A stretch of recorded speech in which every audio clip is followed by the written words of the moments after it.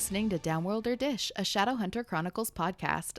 Hello, everyone, and welcome to episode 41, where we will be discussing Chapter 4 of City of Glass, Daylighter. I'm Kristen. I'm Robin. And I'm Amanda. What? Does it just piss you guys off knowing Daylighter? That means this entire chapter is going to be about Simon. Are you just like mad from the get? Can't relate. That's only you. In the entire world. Yeah, pretty much. Okay, fine. Oh my goodness. I found a Reddit thread or group. I'm new to Reddit. I'm a baby Redditor. I don't know how it really works. Boomer. But I joined the group or whatever, and it's a Shadowhunters one, and they discuss like books, movies, TV show, the whole 9 yards, right? I said movies, but there was only one. Okay. And so it's been fun to kind of like see other people's reactions and like their opinions and stuff. And I'm like, oh, I'm not the only one. It's been fun to kind of creep in there and have a forum. I'm sad that I can't join you yet. Not yet. It's going to be a while. Soon. Oh, I hope soon. Yeah. That's fun. Yeah. I did drop a shameless plug in there because, you know, kind of have to. Did anyone respond? Is that how it works? No, Okay. I don't. No one commented on it, so I'm like, yeah, whatever. I mean, it was within another thread of like a conversation. Okay. Like I had answered a question and then threw it in there. Right. To not be too forward. Right. I was doing the soft sell, not the hard sell. I've always been interested Coffees in for Reddit. closers. Yeah.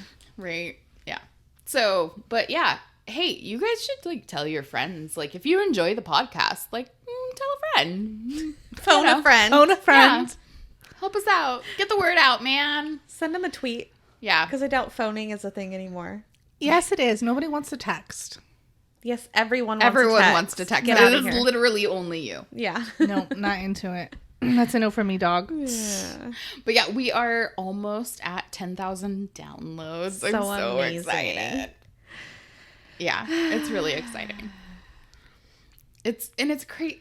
I know that we've said it before, but it's so crazy to look at the map of like where people are listening. I'm just like, dude, so fucking cool. So when we first started this, I didn't know much about the Shadowhunters series or anything. And I have a good friend that does podcasts. He's had a couple so far. And he was like, what's your podcast going to be about? Because I was telling him, of course, and asking him for tips and things like that. And the first thing he told me, which I know I told you guys, is throw away your first 4 episodes. They're going to suck. Which we totally did. Thank you, Stuart. They did. Yeah. But he asked me what it was about. And I told him Shadowhunters. He's like, oh, you guys are going to do really well. And I'm like, how do you know? And I don't know. You're a 40-year-old man. Like, I thought I was cool. I'm not at all. He's so much cooler than me. Shadowhunters, like, the whole... I noticed it's kind of having a glow up. I was talking to Kristen. I was listening to Queen of Air and Darkness. Yes. I always want to say Lady of Midnight, and that is not correct. No. Opposite. Yeah. Anyway, it's kind of like a little more than YA, if you will. Oh, yeah, it's growing with the reader. I feel like it's a little bit. Oh, Because I and like obviously that. we're still in like the first Mortal Instruments, so I was like, wait, what? Right. What? No. But I was like, wait, yeah, okay, yeah. I'm ready for it. It can grow up. Okay. I've grown up. It can grow up. Yeah. Anyway, Because while there's still, I mean, there's obviously younger. The kids these days. Yeah. Younger kids reading them. But I think that those ones that are coming in come from the TV show. Okay. Because I think that was targeted to the original age group as the first books, right? So like, but it was 10 years later when the TV show started. So I think you got a lot of younger kids watching the TV show and going, oh, this is a book series, and then coming to the books. Whereas the bulk of like the book readers from before have just like continued to read them. I mean, for the past 10 years, right? Yeah. 12, 13 years or whatever. Wow. So it was like when we had our like podcast planning meeting and your daughter's friend was over and I'm like, do you know about Shadowhunters? And I'm like, see, she's 16. She was born when they came out. Yep. I was like, it spans the ages. I like that it's growing with your age or our age. Yeah. I think that's great. With the reader, as you say, that's great. I think Very cool. they're still, they're not like... No, they're not like Kristen raunchy. didn't write them. Right. They're not like my books. Which my freaking sister-in-law was like, I think that, Sam, my niece, can read my books now. And I'm like, no. I'm like, she's like, she's mature. She's almost 16. I'm like, no. Like, they're like, I want her to continue to give me eye contact. Yeah. Right. And if she only knew the inspiration behind some of those scenes. One of them, which is a vodka tonic. The limes and the lemons. Oh my God. The lemons and the limes. As well as... Dude, I am so embarrassed by that book. I mean, like, it sold like gangbusters and people loved it, but I'm like going back into like where my writing has gone from there. I'm just like, oh my God, that's horrifying. It's so terrible. Every author has done that. It is a dumpster fire. That's how I get listening back to some of our first podcast episodes. I'm like, oh my God, you sound so nervous. Oh, yeah. Oh, we were all so nervous. Our hands were, at least mine were. My hands were sweating. Yeah. But that's pretty normal for me. Mom's spaghetti.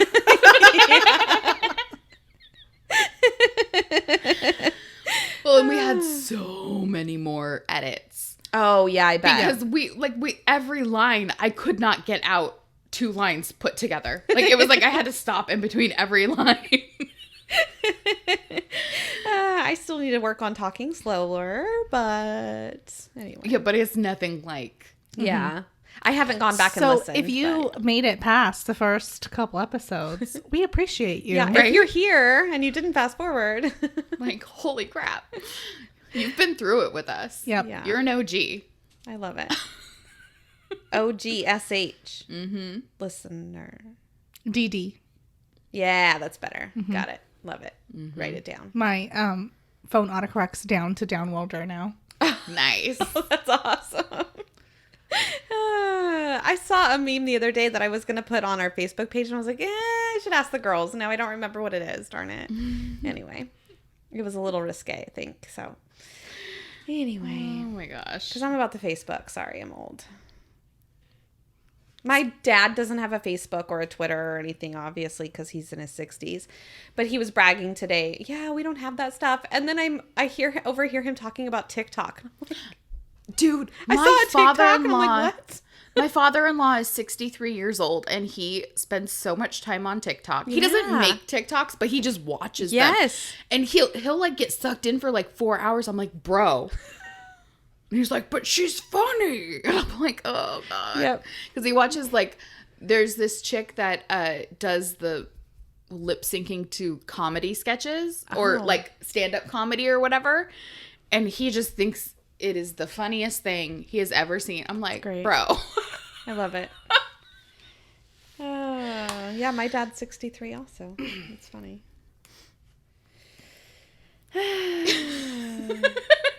Robin doesn't know. Robin doesn't know. My dad has a Facebook. He uses it to comment on like news posts.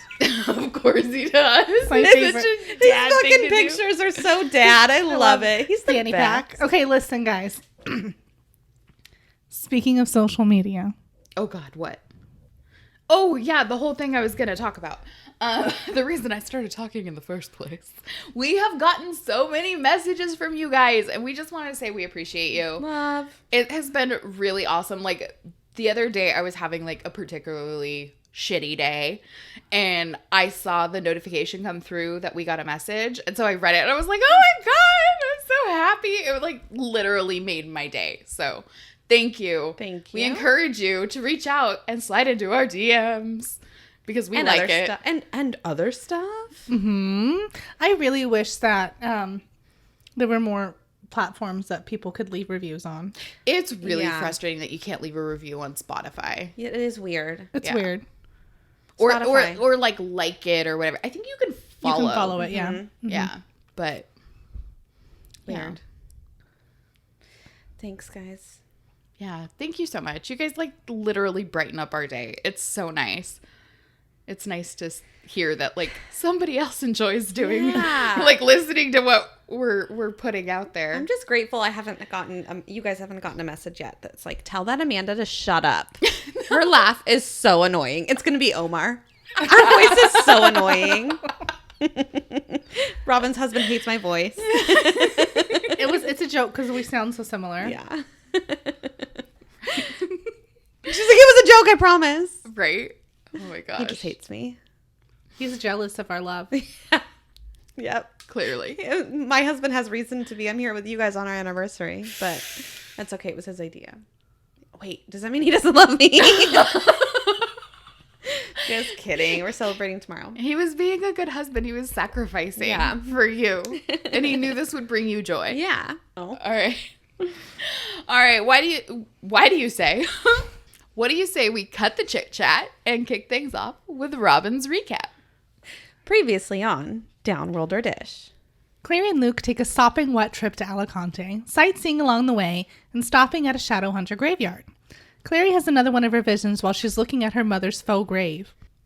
Once they reach the city's non-wall, they hightail it to their destination, Clary fainting along the way. Luke, shopping bag, kicks at the door and is reluctantly let in by Amatis. Meanwhile, Jace and Simon share an intimate moment. Simon laying down some ground rules. He may be a liar, but not without cost. They rejoin the house party, and Simon is awkwardly left out until Sebastian breaks the ice. Jace's alpha male loss prevention alarm starts to go off, and he has to flex on Sebastian by unnecessarily asking him questions in Romanian. Alec arrives just in time to cut off the Cheesemay train and informs everyone that he's taking Simon downtown, partner. Simon agrees to go, and Jace makes Alec pinky swear to take care of Simon and make sure everything goes well. Oh, he loves him. He does. He does. He's into it. He's like, drink my blood. So Alec is taking Simon to the guard because he's the responsible one.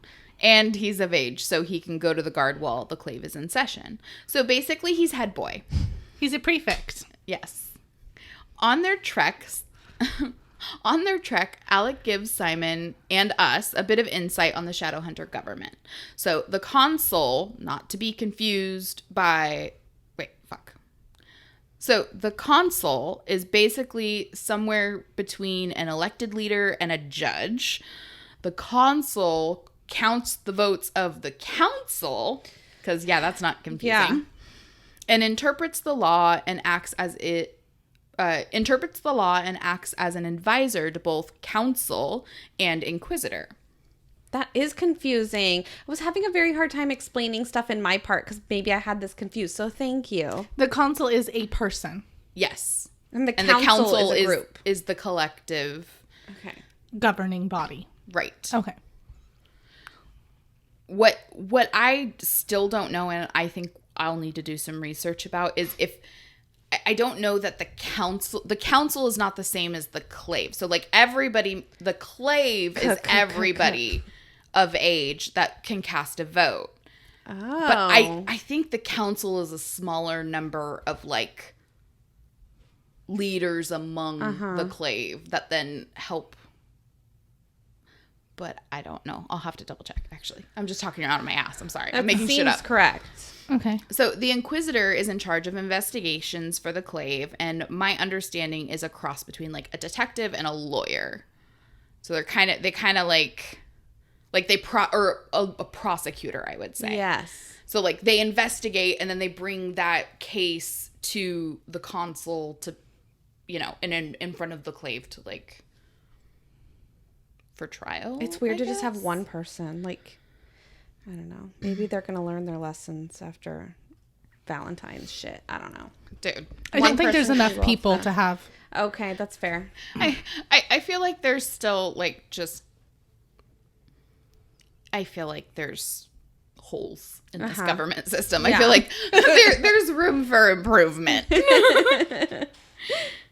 So Simon makes an offhanded joke saying inquisitions haven't worked out well for my people in the past, which I laughed really hard because I'm like, I love his little snarky and how he'll put in like cultural references and stuff. Mm-hmm. And Alec absolutely has no idea what the fuck he's talking about, which begs the question, how the hell do Shadowhunters not know about the Holocaust? Like how? Isn't their job basically protecting mundanes? Right. Mundies. Right. So this, of course, doesn't necessarily mean that the Shadowhunters at the time, you know, our band of misfits like grandparents or whatever, wouldn't have known about, you know, World War II and everything. Like any Shadowhunter living in an institute or whatever around the world would have to be aware of a massive global war. Yeah. Like, I feel like they would have to. Do you think maybe Alex just too occupied, like, with his thoughts to give a crap about it at this moment? I think they make a point over and over about them not knowing anything about mundane history. I was like, no, they fight in World War. No, that's not. That's Harry Potter. Wrong universe. Right. Wrong fandom here. So it does, however, imply that that this information wasn't taught or passed down to their younger generations. I feel like it's important. Yeah. Well, it's like you said before, you know, they're so just focused on themselves. They don't give a shit about anyone else. Right. Yeah. Okay, so I say all that to ask you this. Do you think Hitler was a demon? Yes. Because, I mean, I would read the hell out of a book about two Shadowhunters named, like, Gertie and Wallace who have to take down Demon Hitler. Like, that would be awesome. I don't see how there's any chance he wasn't. Okay? Right? No He's one gotta can- be. I mean... And so, like, I'm like, there probably should have been, like, Hodge was slipping. He missed a few lessons. Yeah. Like, the pages got stuck together in the book. I don't know. Okay, so back to Alec and Simon's excellent road trip by foot. Most excellent adventure. Right? Simon can't help himself and asks if Izzy and Sebastian are a thing. And Alec's response is priceless. He says, quote, Isabel and Sebastian? Hardly. Sebastian's a nice guy. Isabel only likes dating thoroughly inappropriate boys our parents will hate. Mundanes, downworlders, petty crooks. And I'm offended on behalf of Simon. Like, that fucking stings, dude. It's true, though. I know, but, like, he doesn't have to say it. Just be like, she only liked you because you were dangerous. Yeah. Dangerous. And completely inappropriate. Inappropriate? Inappropriate. Even though it probably should be inappropriate, but, you know, the English language sucks. Yeah. So, yeah. Thumbs down, English language. 0 out of 10. We need that, like, Debbie Downer music, and then, like, it zooms No, in. the one on, is it Wheel of Fortune when you get bankrupt? Womp, womp, womp, womp. Yes. Yes. Oh, Where's that on The Price is Right when you overguess? Yep, that it sound is The Price is Right, yeah. Okay. Yeah. Oh, geez, Louise. Don't forget to spay and neuter your pets, guys. Yeah. I just watched an episode the other day, and obviously they're doing reruns, but it was Big Money Week. This woman won $210,000. Not in prizes, just straight money. Because Dude, they were yeah. giving away money. I like What? it. And she was wearing a veil, a bridal veil. So obviously she's going to have a great wedding now. Good for her. No, invest that money into a house. Don't Okay, blow it on I a know, wedding. But she's at least going to have a nice dress. I agree with you. My dress was $200. Say yes to the dress. My dress was like $49 on sale at Torrid. And I bought it for something else that wasn't a wedding. Your first one? No, no. No, I just remember the drama behind this dress. To be fair, the first wedding dress I didn't even wear on my wedding because I was pregnant and it didn't fit. Pergonante? Pergonante. And then I was going to wear it. Because why not? And Omar was highly offended. Why? Because it's a wedding dress? Because she should have her own. Yeah. Yeah. Don't borrow Kristen's wedding dress. Just buy one. You cheap bitch. Right. Even though it had never been worn. It's like a $2,000 dress, never been worn. Oh my God, that's terrible. I didn't pay for it. I know your mom did. Right. Mine a Warbucks. Were you able to sell it? No, I still have it. It's in the garage. Oh my gosh. Anyway, that was what. No one but she wants did it. give me her veil. Yes. That's nice. Something used. That was Borrowed. that was a really pretty veil. I really was. liked that one. Me yeah. too. I didn't wear a veil because mine was on the beach. Anyway, Sorry. Side Sorry. My second wedding was in a drive-thru. Yeah. It's so crazy that was a thing in the Northwest, not in Vegas. Yeah. It was great. I was like, this is the easiest thing ever. After meetings about your wedding, it's just the Dude, funniest thing. I love swear it. to God, a fucking goblin possessed me as soon as that ring was on my finger. I was like, we gotta spend all this money on a wedding. I'm a pretty princess.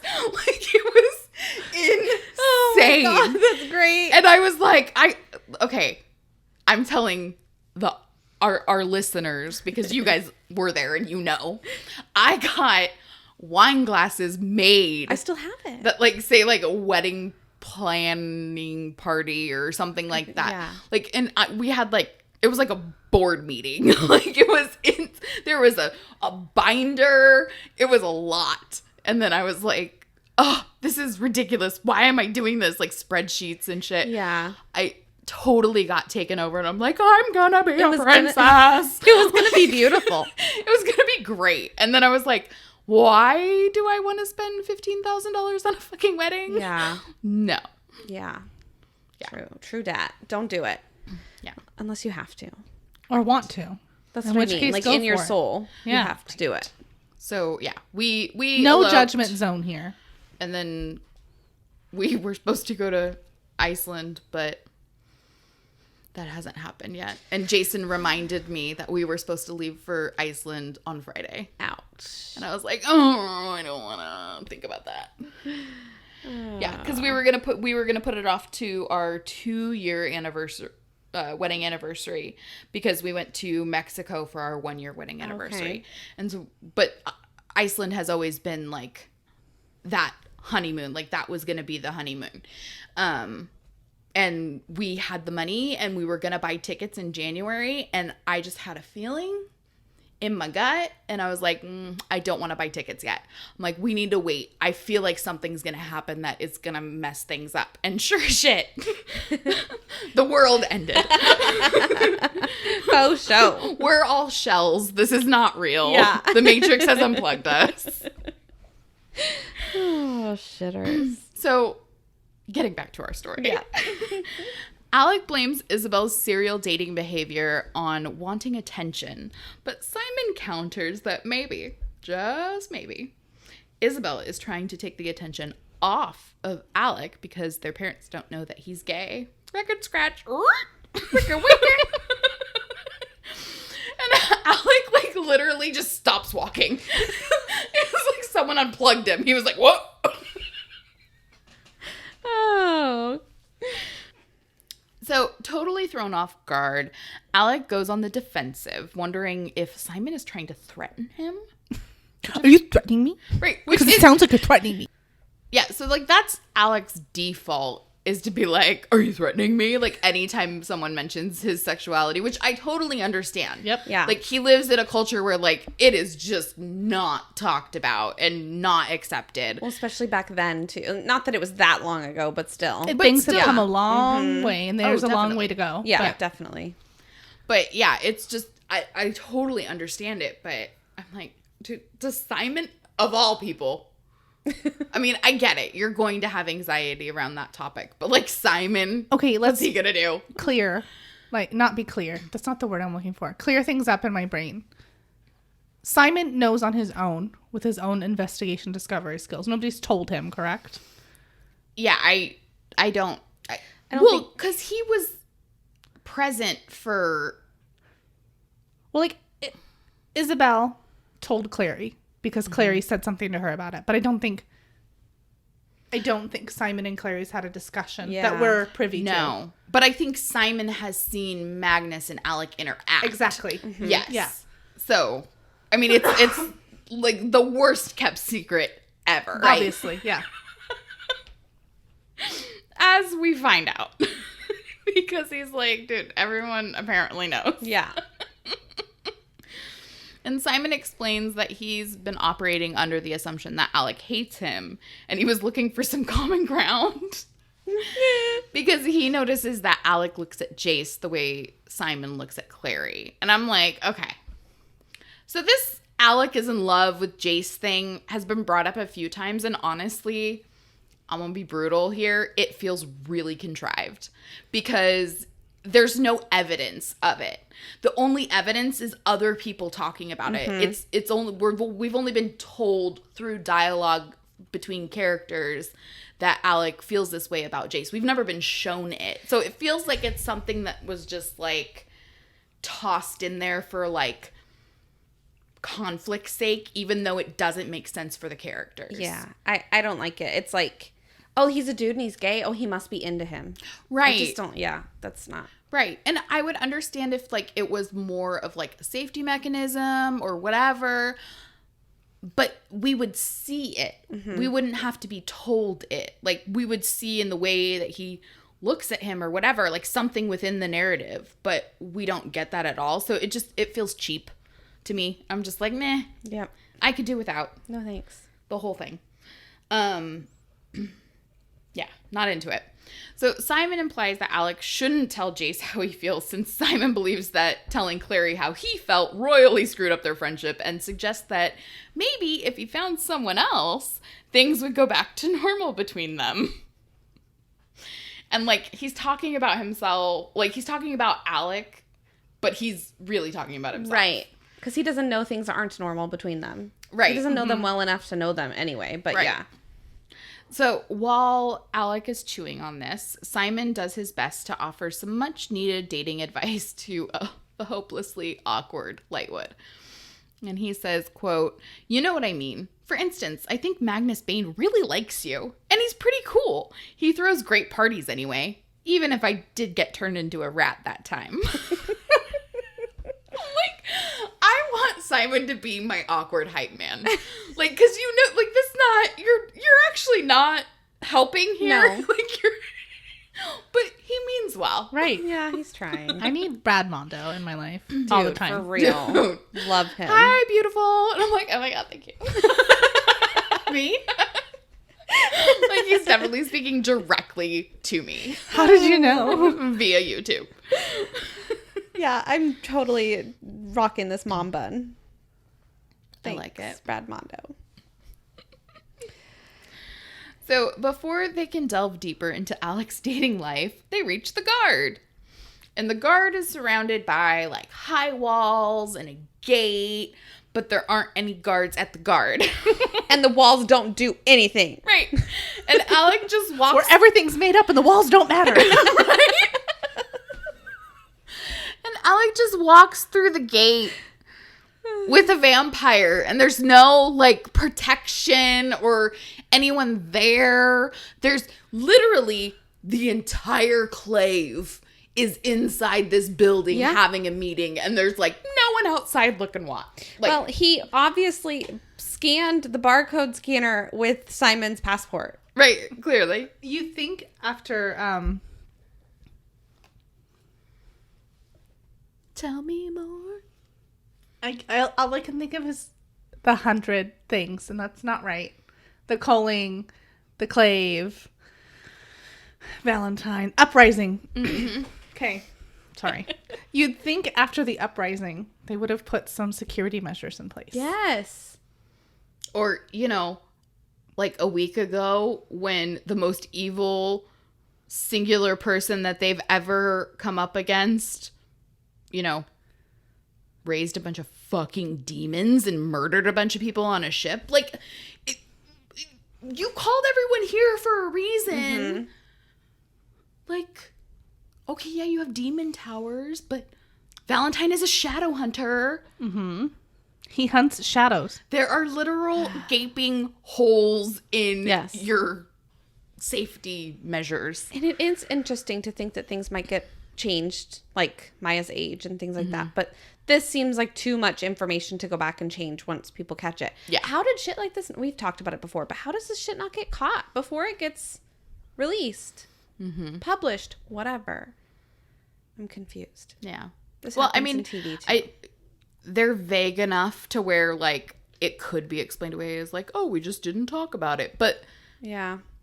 it's still one of those things that I'm just like, it doesn't make sense to an adult brain. So maybe, Right. you know, because it's made for a younger audience that might not be as picky. Yeah. I Or mean, doing it for like a podcast. right? They're not Like, picking it apart. on purpose.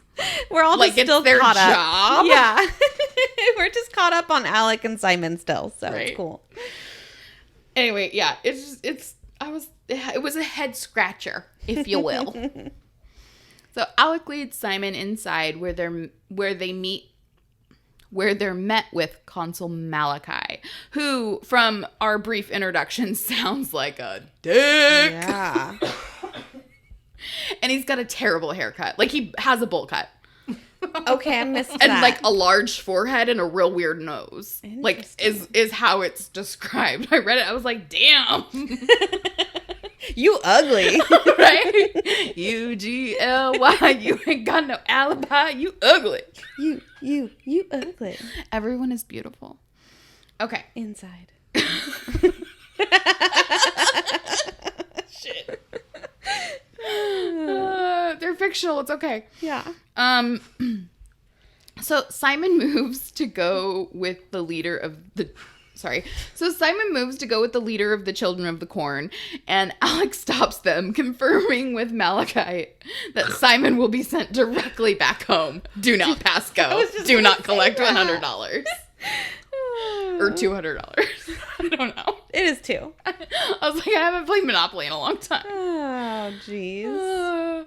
But like, you can't name someone Malachi and not automatically be associated with evil. It seems weird to like just hand him off to someone after Jace specifically was like, you make sure that he gets there. Like, just here you go with a stranger. But it's also like going to do something and then like handing your friend to the prime minister. Like, you can't really argue with him. That's fair.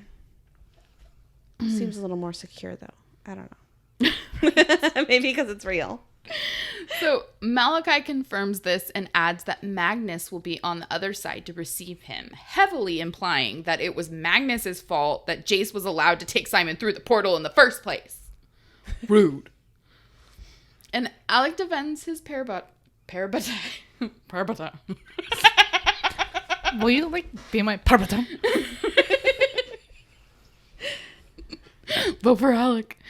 Alec defends his parabatai, and Malachi throws some serious shade on the Lightwoods. And he's like, oh yeah, the Clave chose to believe that was the truth, but it was against my advisement. And I'm like, bitch! Advise this. Right? That was a punch. Very good. Very intimidating. Bravo. Yeah. If only they could see it. You can be in sound effects. Thank you. You're welcome. Right? And then when Simon pipes up in defense of the Lightwoods, he's quickly shut down by the consul, who says, quote, "You will speak when you are spoken to, Downworlder, not before." Aka bitch, excuse me? Yeah. No. Ew. Ew. You have to read that. That's great. It I hate it when people are condescending and like talk like people are below them, and it's just kill him with fire and dance upon the embers. Like, I can't. I want him to die. Wear thick shoes, but do it. Right? For me, like, I have no sympathy when it comes to characters, and I'm like, oh, you deserve to die. Goodbye. Yeah. You are the weakest link. Goodbye. Simon. Bye. Kristen turns into a mob boss. Whack him. You made too much pasta sauce. My husband, I was like, oh, I'm really tired, and I was making dinner, and I was making spaghetti and meatballs. My husband's like, well, if you're tired, just grab the Prego from outside. And I'm like, it is outside this house for a reason. It is in the garage because you bought it without telling me when I sent you to Costco. And that shit does not go in my house. It's great. I add to it, but I use it sometimes. I like it. He's We're like, not I'll allowed do to have it. red sauce, so Oh, yeah, because your husband doesn't like it. He likes white sauce, right? just not pasta, really. Oh, God. Your life must be so sad, dude. Dude, I could not. My husband would die if I didn't make pasta. Yeah. Rice 7 ways till Sunday, but no. Mine's over rice right now, yeah. I love rice. Yeah. All the time. My husband could take it or leave it, but it's bland enough for his palate that he can handle it. Good. So at this point, Alec is starting to understand what Jace was talking about. Shit seems suspicious. Yeah. Like, I don't trust these motherfuckers either. And the new Inquisitor, Aldertree, rushes up to the trio, attempting to smooth over the tension in the air. The pudgy man is all pleasantries, maybe a little too pleasant, as he rushes to assure everyone that all is going to plan, nothing to hide here. And, dude, just Inquisitor 2 times, because he says everything twice. Dude, I don't remember who it is that narrates this book, but I love the way they did his voice. Same. It. It's so funny. Yeah. I haven't listened to it. You'll have to. It's very like, oh, come now. Like, it's yeah. He sounds like, I don't know. Yeah. Something round and squishy and sweet. Yes. Uh-huh. Okay. Anyway, so Inquisitor 2 times thanks Simon for his cooperation and ushers him away. When Alec tries to protest, Aldertree assures Alec that everything is fine and promptly dismisses him, whisking Simon away into the depths of the guard. I would be so scared if I were Alec. Right, but like, what can you do? Yeah. Like, You just wait until your mommy comes back. right. I don't know. Whatever. Guess he doesn't have any reason to really be afraid. Yet. Just kidding. Okay. I don't know. I'd rather deal with the consul, because at least, like, where he stands. Right. He's being outwardly antagonistic, so you can fight with someone like that. But when someone's, like, pretending like there's not... Well, or just, like, he's like condensed milk. Really sweet, but really gross. Yeah. You can just tell. Well, and he's just... That's good. He's definitely your typical politician. Like, he just, like, doesn't answer the question and just, like, skips around. Like, he pivots. Yeah. Right? Mm-hmm. And so it's, like, you meet him with, like, a concern, and he's like, oh, everything's fine. Oh, give him a witch light because, you know, it's scary out there or whatever. And, like, changes the subject, like, so fast, and then he's gone with Simon that it makes it, like, impossible to argue with him. Whereas Malachi is, like, antagonistic, so he wants to fight. So there's, like, that back and forth. Yeah. I don't know. It's just the overly pleasant. It reminds me of Umbridge, and I don't like it. Okay. It really bothers. For me, that is the worst kind of villain. Is the ones that are just, like, sociopathic, really. You know? They're, like, all pleasant and, you know, everything's said with a nice, sweet tone, but it's, like, creepy. I don't like it. Mm-hmm. Okay, well, Luke carries Clary. We're back to Luke and Clary, by the way. Luke carries Clary into the kitchen while explaining to Amatis about Clary ingesting water from Lake Lynn. And he lies her on the floor and starts looking through Amatis's herbs. I'm assuming is what they are anyway. Asking her to start boiling a mixture of them together. So in and out of consciousness, Clary could hear Amatis grill Luke about what they were doing near at the Lake of Dreams, what she calls it. And we don't get to hear if Luke answers the question because I'm kind of curious about what he told her. Like, did he tell her she could do the portal? Right. I'm curious. So anyway, we do get to hear Amatis telling Luke that Clary keeps calling out for her brother. Of course she is. Be my brother lover. Yep. What is it? I'll love no other. Better than you. Better than you. What is that, great. 98 Degrees or something? Well, she's singing Mother Lover and you're singing. Oh, that's right. Yeah. But Mother Lover is based off of that song.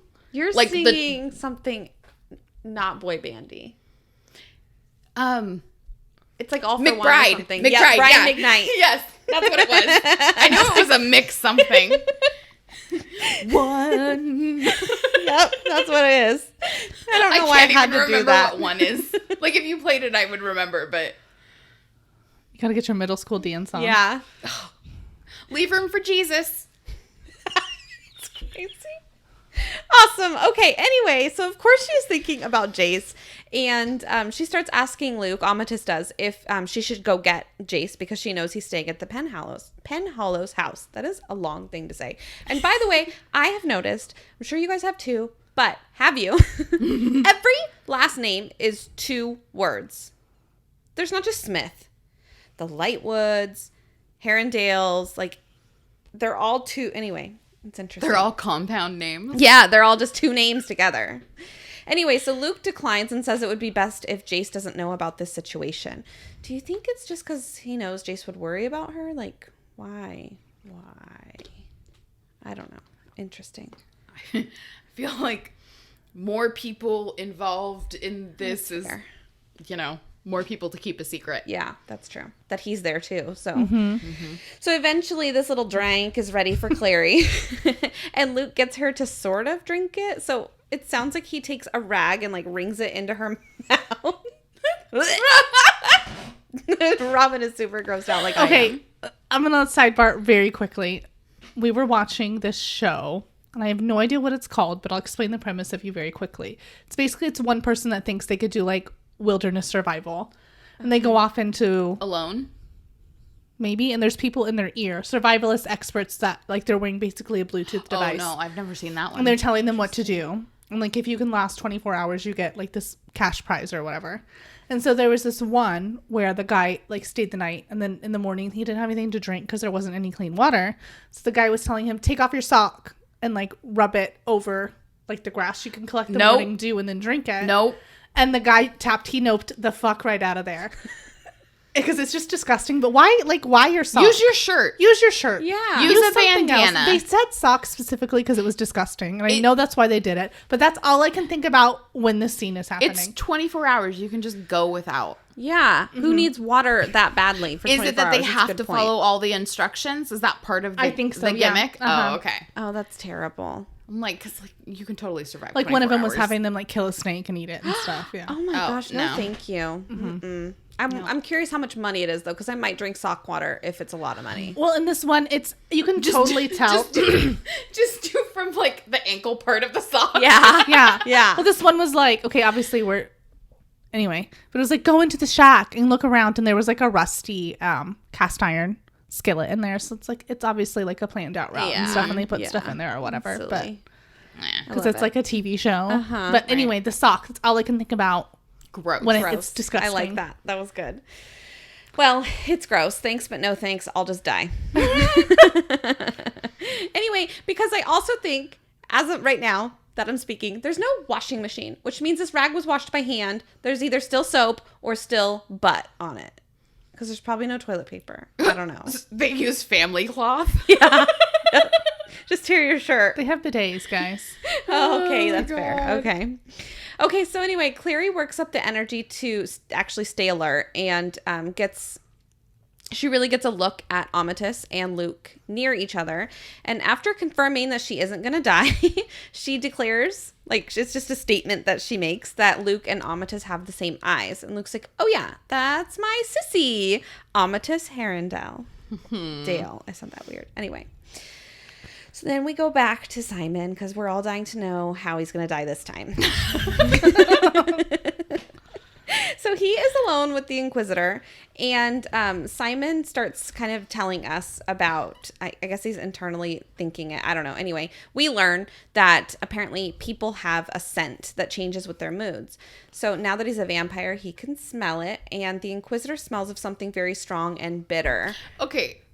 Sorry. Quick sidebar.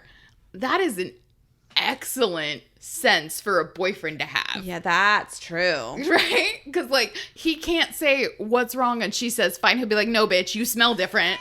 You smell like shit. You pissed. You smell like I'm in shit. Oh, that's great. So Simon got that feeling, up there in the jaw. Meaning that his fangs wanted to be set free. Okay, so Simon's holding in his feelings of his fangs, whatever. And he continues to follow the Inquisitor, and they come across like a large amphitheater, and it's full of Shadowhunters discussing VTang and their next moves.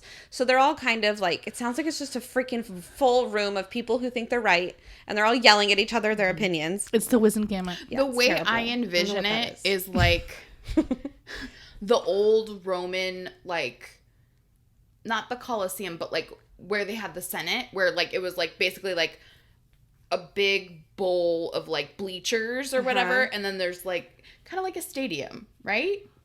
Okay. Or an amphitheater. Wow, Kristen. I was like, oh, yeah.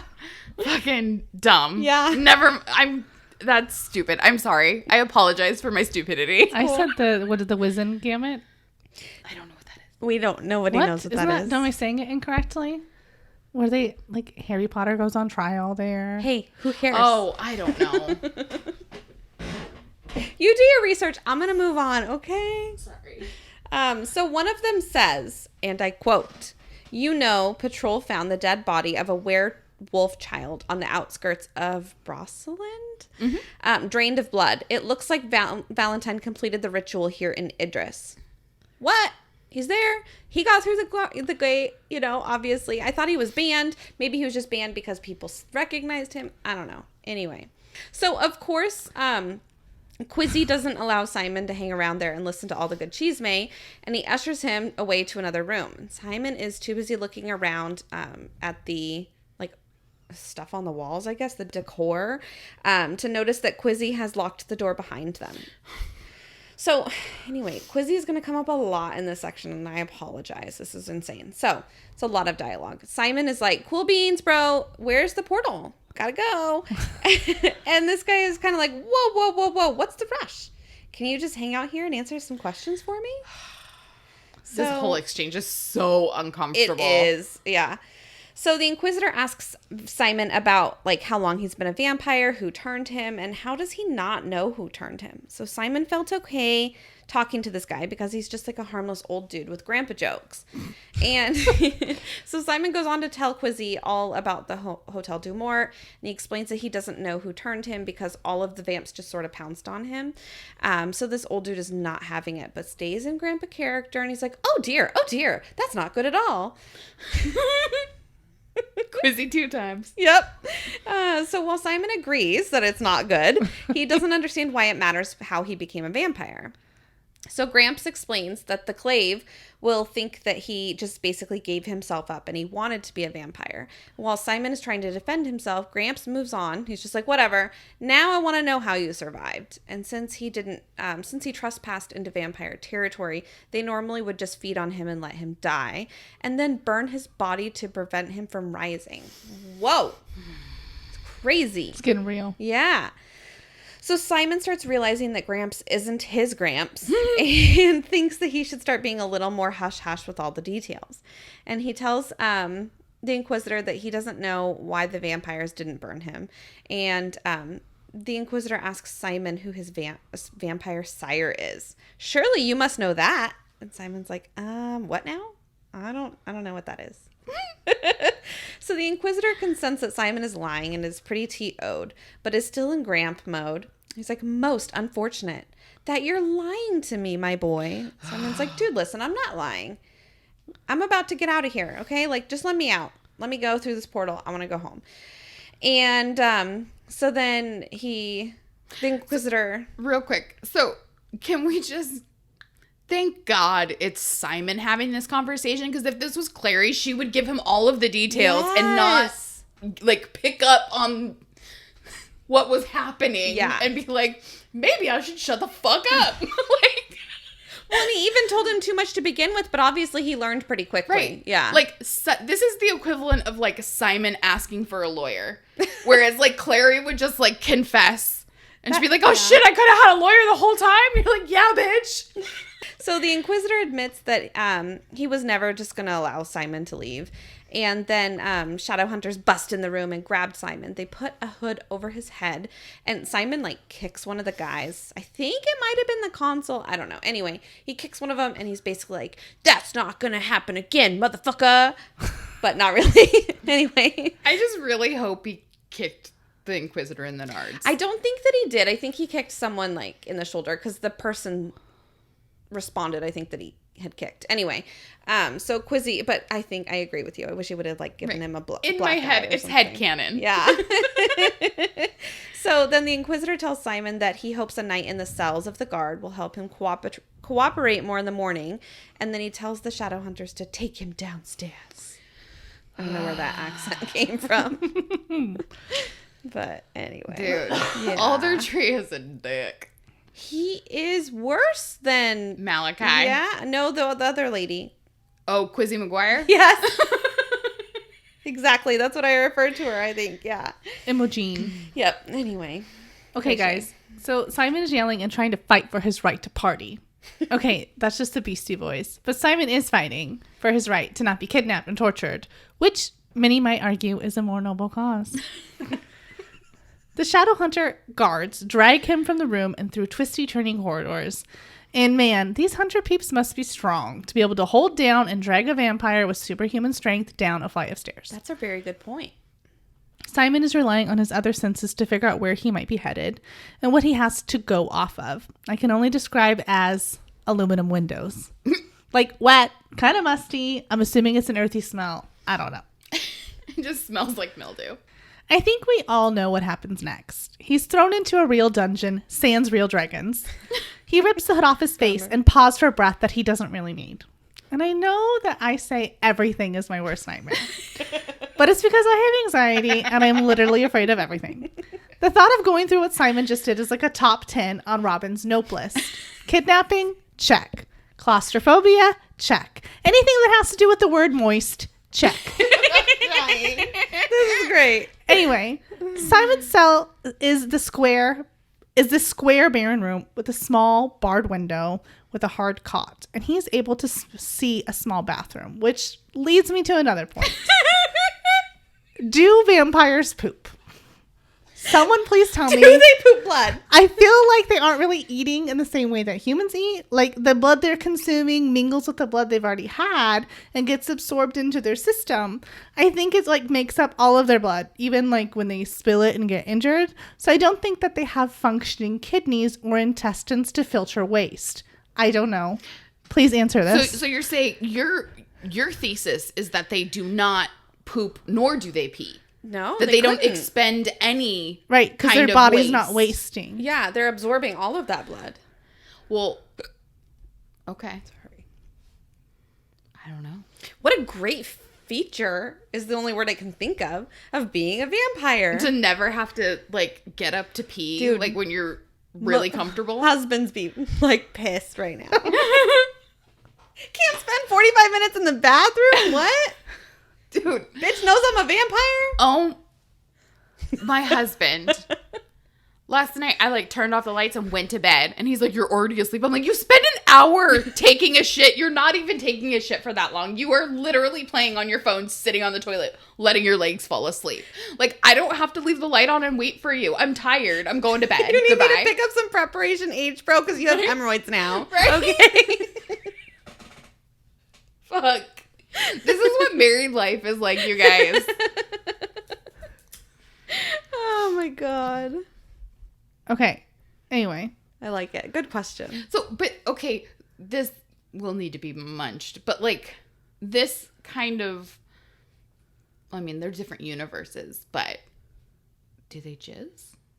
Oh. Because we know vampires can fuck, right? Right. Can they have babies?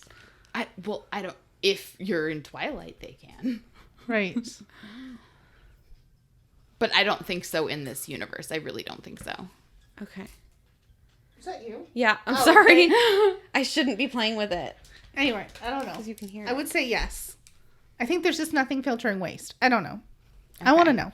I want to know also. Yeah. Anyway, they are completely different functions. So yeah, I could understand that. Yeah. Anyway, okay. Okay, so Simon notices that all the bars and the brass doorknob, are lined with runes. Because they're bougie. Right. The Shadowhunters are so bougie.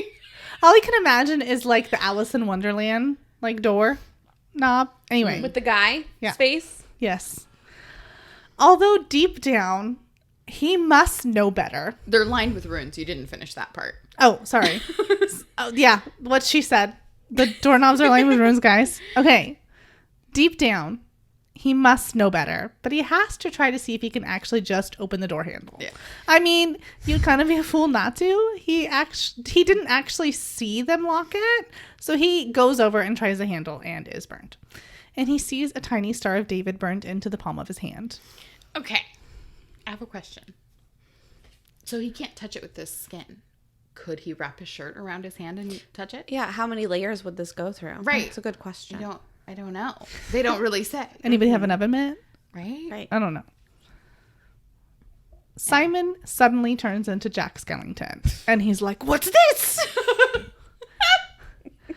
And a voice actually replies back, holy crap, and tells him, quote, that is a seal of Solomon. It contains, they claim, one of the true names of God. It repels demons and your kind as well, being an article of your faith. Simon's like, who said that? Who's there? Whiskey Tango Foxtrot. And the voice says that he's in the cell next to him. And all I can think about is the scene in Aladdin. The old man. Mm-hmm. That's Jafar. Yeah. Anyway. Apparently the guards were in there for half a day trying to decide the best way to keep Simon trapped. So his advice is to just go with the flow and figure out what the clave wants from him because he isn't going anywhere. Simon's like, yeah, well, maybe. But people are going to know I'm missing. I'm not mixed into the shadow world yet. I have friends in school and all sorts of stuff going on in my life. And the mysterious voice is like, knave. Do you really think the clave doesn't know what they're doing? There are spells that can make your friends and family not question where you are and give them the illusion that there's a perfectly good reason for your absence. Do you think you're the first Downworlder that they've done this to? Mm-hmm. Which, whoa, that kind of magic really solidifies Kristen's whole Ragnarfell shouldn't have to rely on red hair to know Claire is the spawn of Jocelyn. Yes. They wheeled magic. Wheeled. Will Wheaton would wheel magic if he was a wizard. Wonderful.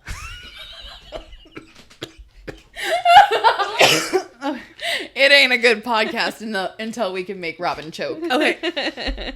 So, Simon calls out to the mysterious stranger, asking who he is and if he's another Downworlder. And apparently he's not. He's a ghost because it's exactly what he does. The pain fades from Simon's hand, but the impression was left, looking like it had been drawn in ink. He leaves Simon on red. Yes.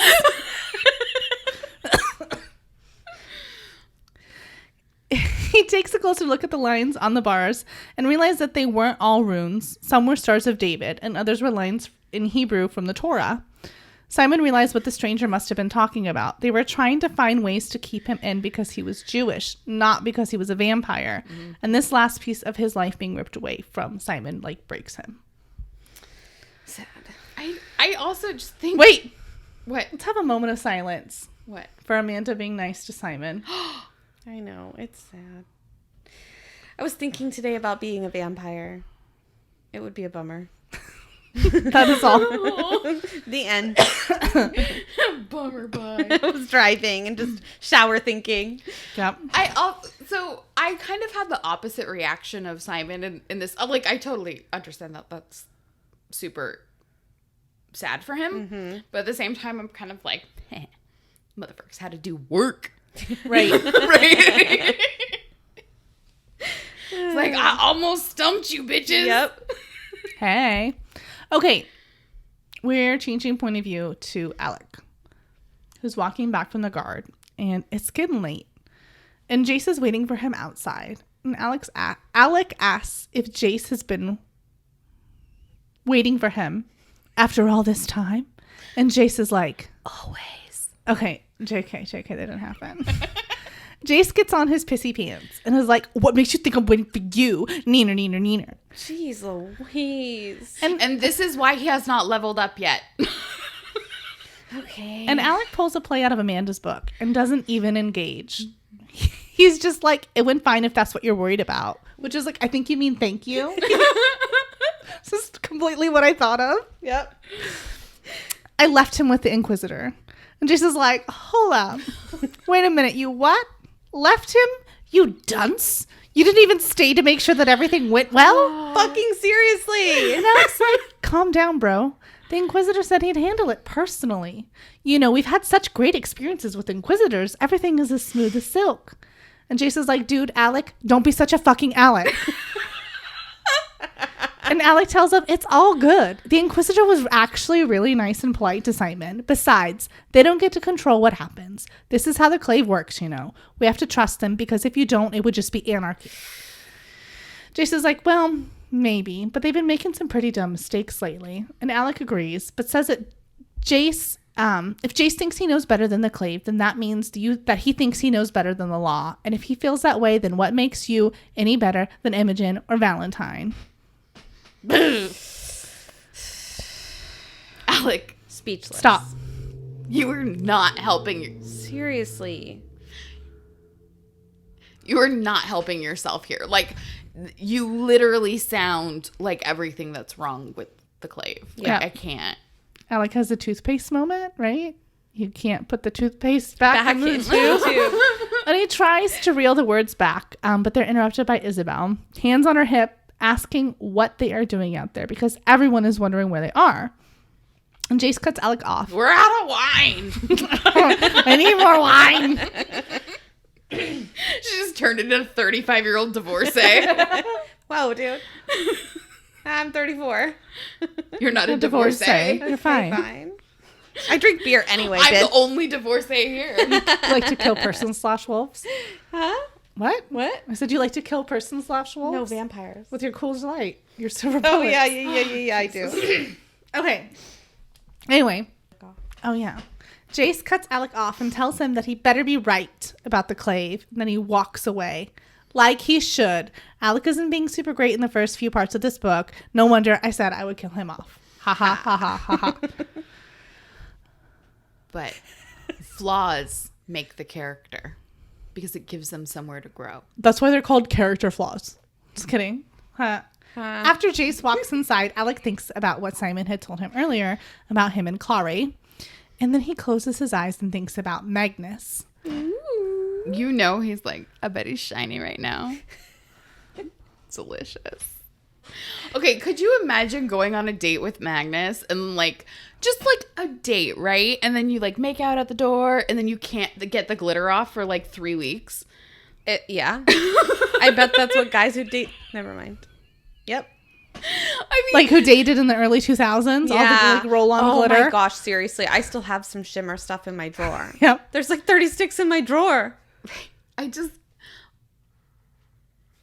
like anyone that Magnus has been with for any like you have a boyfriend, I'm gonna be completely covered in glitter at all times. I bet he has my that life glitter now. hair gel. Oh, yeah. So it's like on your hands. You like run your hands through. Everywhere. You're I like, had stuff that smelled like blueberry. Of course. That's great.